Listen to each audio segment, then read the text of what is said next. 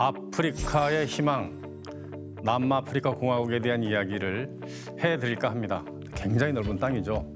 인구는 14억 3천만 명, 55개 독립국가가 있는 어마무시한 땅덩어리가 되겠습니다. 아프리카는 이제 문명이 고도로 발달하지도 않고 이 복잡한 삶을 살지도 않고 하기 때문에 이 힐링을 할 것 같으면은 아프리카를 가라라고. 근데 이 희망봉 있는 데 가보면 케이프타운에 찾아가는 그 모든 사람들이 반드시 찾아가는 곳인데 정말 희한한 경험을 많이 하게 되죠. 그 작은 펭귄들이 지금도 보호구역에 살고 있습니다. 진짜 이 노출된 자연에서 같은 공간에 숨을 쉰다라고 생각하면 굉장히 긴장되기도 하면서 되게 재미있습니다. 남아프리카 공화국의 남서쪽 끝에 있는 케이프타운 이야기를 하고 있습니다. 케이프. 케이프라는 말이 이제 곧이라는 뜻이죠. 아까 희망의 곳, 홈이 곧할 때. 그래서 이제 영어로 하면 케이프 오브 굿 호프죠. 희망의 곳. 그래서 케이프타운이 됐는데 이 케이프타운이 왜 유럽처럼 됐을까? 자, 이 얘기 하기 전에 케이프타운은 정말 멋있습니다. 제가 이제 겨울이 되면은 생각나는 여행지는 딱 하나, 가장 먼저 떠올려지는 여행지는 딱 한 군데, 바로 케이프타운입니다. 일단은 너무 멋있고 따뜻하고 일단 환경이 좋아서 그런 것 같아요. 어떤 정도의 환경이 좋냐? 일단 바다가 깨끗한 거는 물론이고 그 앞에 팍 솟아오른 산이 하나 있습니다. 그러니까 테이블 마운틴이라고 하는데 테이블 하면 이제 탁자잖아요. 평평한 탁자 산이 하나 있습니다.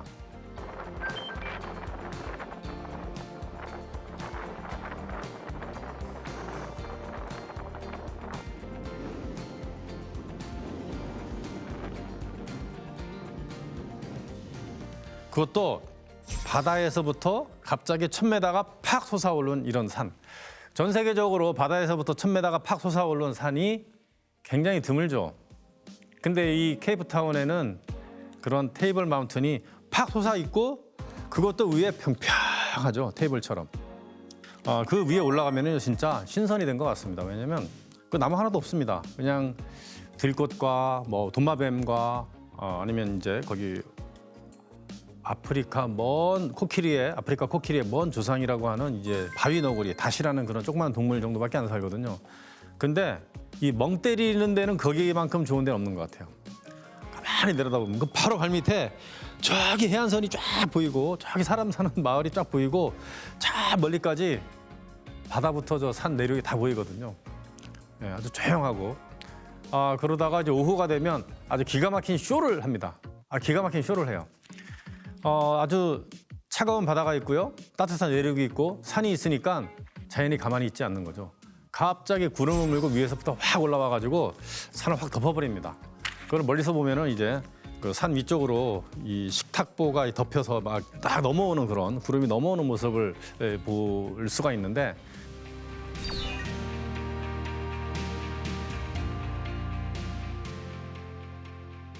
밑에서 보는 사람들은 멋있지만 산 위에 있는 사람들은 정말 골치 아픕니다. 빨리 내려가야 돼요. 바람이 불고 춥고 또 아무것도 안 보이고 흔들리기 때문에 케이블카가 운행을 안 합니다. 그래서 빨리 내려가야 되는 그런 사태가 벌어지는 그런 아름다운 곳이고요. 또 그런 경관을 또 잘 볼 수 있는 곳이 워터프론트라고 그래서 옛날 빅토리아 여왕의 둘째 아들이 거기 와서 여기도 이제 베네치아처럼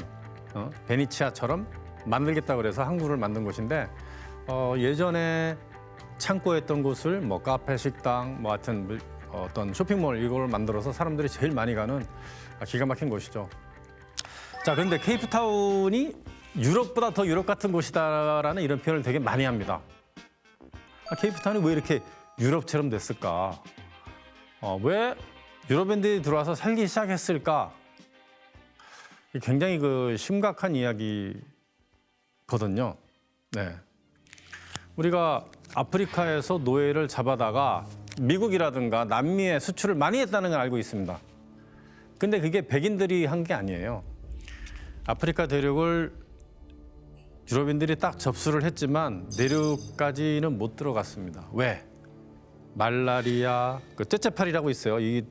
저도 이제 아프리카에 가면 몇 번을 쏘였는데 따끔하거든요. 벌 쏘인 것처럼.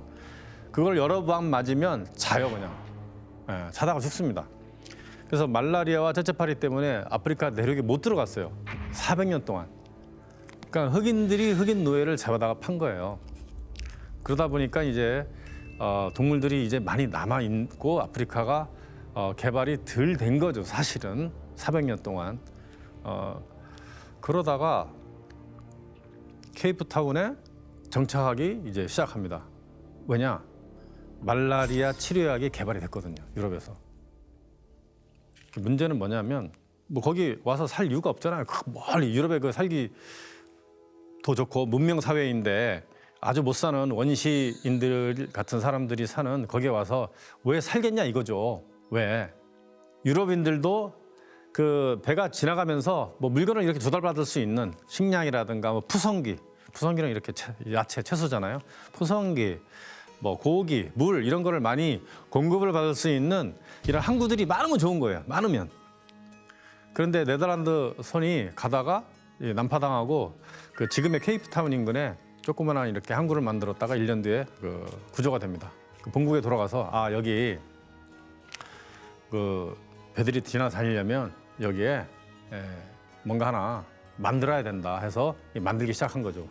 그리고 마침 그 나폴레옹뿐만 아니고 이 종교 때문에 도망오는 사람들이 이제 해외 유랑을 하는데 뭐 미국도 갔지만 사실은 아프리카에 오거든요. 뭐 프랑스인도 오고 영국인도 와요. 그런데 네덜란드인들이 먼저 정착을 했기 때문에 네덜란드 언어를 쓰고 또 그 사람들이 무슨 식민지 개척하러 온 사람이 아니고 살러 온 사람들이죠.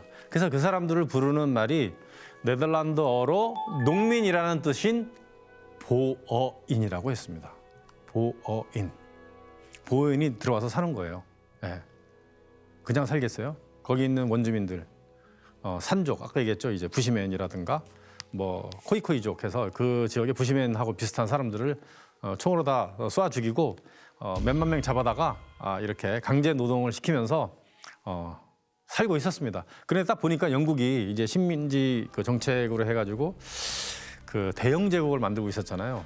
자, 영국은 자신들이 노예 산업을 통해서 엄청나게 많은 돈을 벌고 해군력을 독일의 100배로 키웠습니다. 100배. 예. 그러니까 국방비가 100배를 키운 거예요.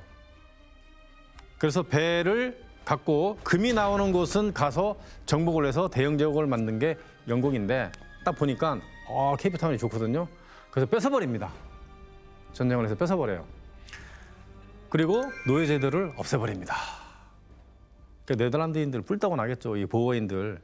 이 사람들이 후손을 아프리카노라고 하는데 아프리카에서 태어난 애들이다 해서 아프리카노 이렇게 얘기하는데 이 보어인들이 구르마를 끌고 동쪽으로 쫙 이동하게 되죠. 이거를 보로트레커라고 해서 개척자 이렇게 얘기하는데 이동하면서 이제 전쟁을 많이 하게 돼요. 예. 어쨌든 케이프타운이 생기게 된 이유는 그러니까 쉽게 얘기하면 항해술이 형편없었기 때문에 뭔가 물자를 조달할 수 있는 그 어떤 보급지를 개척하는 과정에서 만들어진 거다. 이렇게 보시면 되겠고요. 자, 남아프리카 공화국이 본격적으로 이 백인들이 지배를 받게 되는 그런 과정을 살짝 설명을 해드릴까 합니다.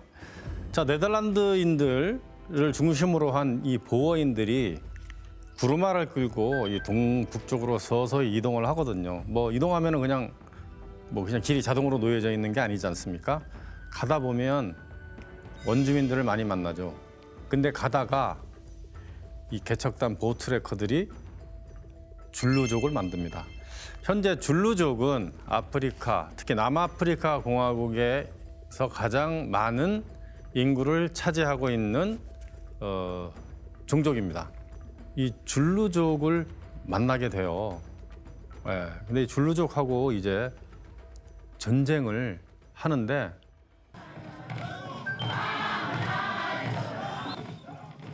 What did he ask, Father?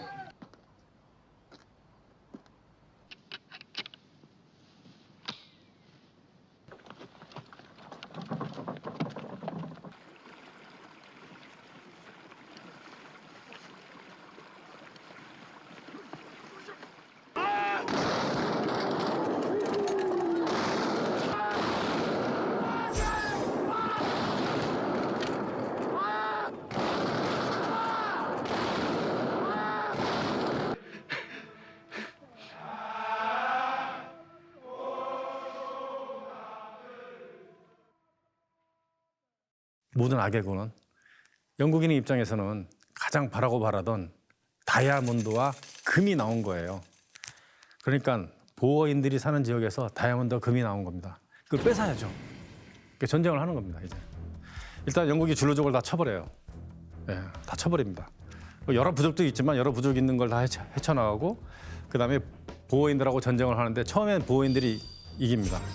인정했다가 또 들어와요. 이번에는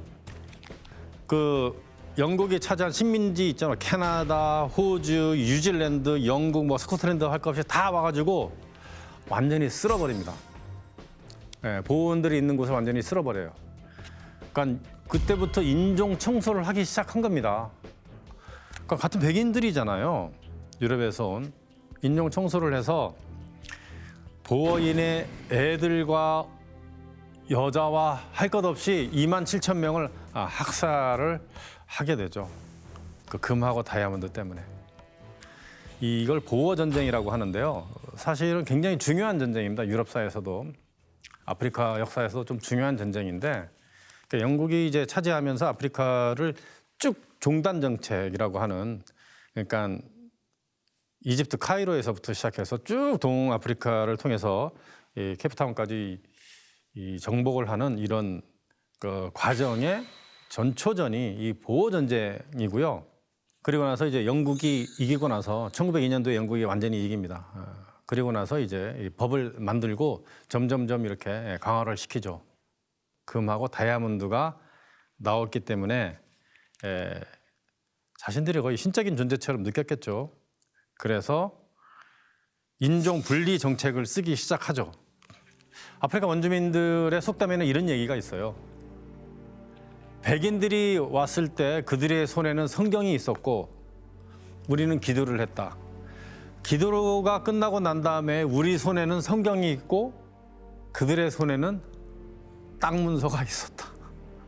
이런 이야기가 있는데 남아공을 영국이 거의 다 차지하고 나서 흑인들한테 돌아간 땅은 7%입니다. 7%.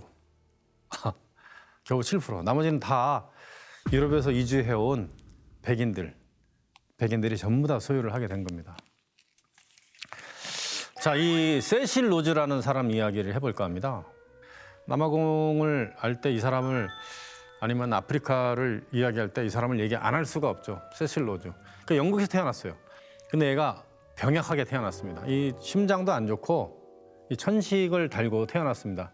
그 산업혁명 시기에 유럽의 그 대도시는 공기가 굉장히 안 좋았죠. 그냥 굴뚝이 수만 개가 있어가지고 거기서 나오는 그 매연에 의해서 굉장히 그 사망률이 높았습니다. 애들 사망률이. 어쨌든 이 세실 로즈도 굉장히 몸이 안 좋았는데 그 당시에 결핵을 걸리면요, 이 폐병을 걸리면 그냥 죽는 거예요. 약도 없어요. 이것을 걸릴까 두려워서 이미 형이 가 있는 남아프리카 공화국으로 보내요. 야, 거기서 요양을 하면서 거기서 건강을 회복해라. 형이 오라고 그랬거든요. 근데 가서 1년 뒤에 다이아몬드 금광이 있는 킴벌리라는 곳에 갑니다. 그래서 채굴 해가지고 돈을 벌어가지고 어떤 회사를 삽니다. 그 악명 놓고 세계적으로 그 유명하고 모든 다이아몬드 시장을 석권했던 드비어스사를 인수를 하게 되죠. 드비어스사. 남아공에 있는 금광을 다 삽니다. 이미 세실 로즈라는 이 친구는 35살 때 전 세계에 있는 금광의 90%를 다 차지합니다. 엄청난 친구죠. 35살. 근데 35살 되기 전에 20대 때 그 금광을 운영을 하다가 공부를 뭔가 더 해봐야 되겠다 해서 옥스퍼드 대학교에 가서 공부를 하거든요. 친구한테 잠시 맡기고. 그때 이 사람이 엄청난 철학을 인식을 하게 되죠. 뭐라고 생각하냐면 앵글로색슨족이 세계에서 이거다. 영국이 전 세계를 정복을 할 때마다 세계는 더 부유해진다. 그리고 유언장을 23살 때 썼는데 어떤 내용이냐면요. 진짜 무서운 내용이에요. 비밀 단체를 만들어서 아프리카, 남미, 인도, 중국, 일본을 다 정복을 해서 영국이 전부 차지해야 된다. 이 세실 로즈의 생각은 뭐냐면 백인이 제일 우수하고 앵글로색슨이 제일 우수하고 하기 때문에 앵글로색슨의 그 순수함을 유지하기 위해서 인종 분리 정책을 하는 거죠. 이게 뭐냐면 이게 아파르트 헤이트입니다. 아파트잖아, 어파트 분리하다.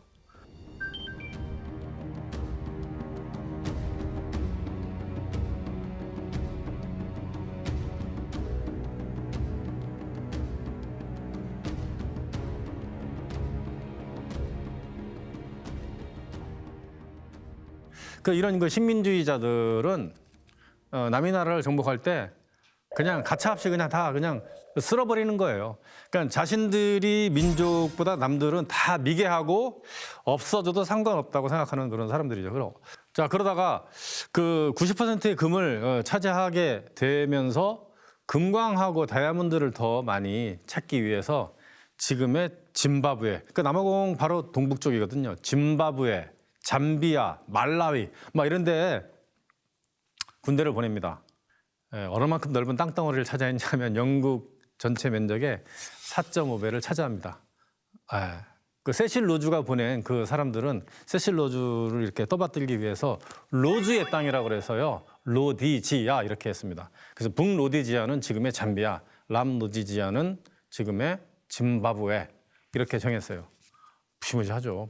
그리고 보어인들이 갖고 있었던 땅에 그런 공화국이라든가 이런 데에 다이아몬드하고, 그러니까 요하네스버그에 금광이 발견되고요. 킴벌리에 다이아몬드 광산이 발견이 되니까 보어하고 전쟁을 해가지고 다 쓸어버린 거잖아요. 싹 쓸어버렸어요. 보어인, 같은 백인이라도. 그러니까 인종을 분리해서. 그 다이아몬드나 금 같은 거는 이런 그 백인들만 소유를 해야 되기 때문에 흑인들은 저 멀리 아주 시골 촌구석에 깡통집을 만들어서 살게 합니다. 쉐크라고 해서. 집이 한 100채에 쉐크라는 게 한 100채 정도 있잖아요. 그러면 동네 화장실 하나 있어요. 거기 길게 줄 서 있어요. 사람들이 화장실 가느라고. 그러니까 우리 전통 이런 모습하고 이제 차이가 거의 없는 것이죠. 그런데 이걸 굉장히 미개하고 말도 안 되는 것이다라고 여기는 거죠. 미개한 민족이다. 어떤 정도로 분리를 하느냐. 공공기관 있죠. 병원, 학교, 이렇게 식당, 기타 등등 이런 곳에서 흑인이 가는데 백인이 가는데 완전히 다릅니다. 차원이 달라요. 같은 자리에 있지도 못해요. 흑인하고 백인 결혼도 못합니다. 만약에 흑인이 허락 없이 백인이 사는 지역에 그러니까 통행증 없이 와서 걸렸다. 그러면 죽여도 돼요.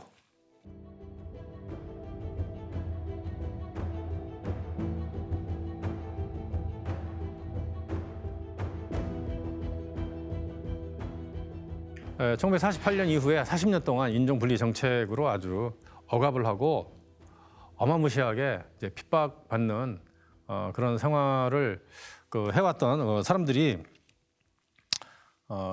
남미에 살던 그 사람들입니다. 예. 자, 인종 정책을 하면은요, 이 인물이죠. 넬슨 만델라. 그리고 넬슨 만델라 집에서 50m 떨어진 곳에서 살던 흑인 주교 데스먼드 투투. 이 두 사람은 노벨 평화상을 받았습니다. 왜냐하면 아파르타헤이트 정책 시절에 흑인들이 CEO를 한 사람이 있냐 이거죠. 어떤 회사에 중역을 한 사람이 있냐? 한 명도 없습니다. 국가기관 산업, 예를 들어 우리나라로 치면은 이 뭐라고 해야 되나, 공기업을 맡아서 운영한 사람이 하나도 없었다 이겁니다. 특정인들한테 그 부와 권력이 다 집중이 되다 보니까 아파르타헤이트 시절하고 비슷한 그런 상황이 발생한 거죠. 그 광고의 모토가 뭐냐? Diamond was forever. 다이아몬드는 영원하다. 그래서 순수, 순결, 사랑, 명예 이런 것이 다이아몬드가 갖추고 있는 것이다 라는 최면을 전 세계인들한테 걸어놔서 우리도 지금 다이아몬드 하면 순수해, 밝아, 깨끗해, 이렇게 생각을 하고 있다라는 거죠. 아직도 아프리카 내에서는 그런 블러드 다이아몬드, 그러니까 다이아몬드를 차지하는 거예요. 서로 죽이고. 그래서 이걸로 이제 무장을 해서 서로 이제 반군끼리, 이제 정부하고 반군끼리 싸우는 이런 것들을 하는 것들이 아직까지 이제 존재한다는 것을 이제 보여주는 것이죠. 왜 아프리카의 희망이냐? 남아공이 잘 돼서 성공해야 이 모범적인 사례를 가지고 나머지 아프리카도 유럽인이 만들어 놓은 지금 이 어려운 현실을 극복하고 성공해서 발전할 수 있다라고 해서 아프리카 희망이라고 부르고 있습니다.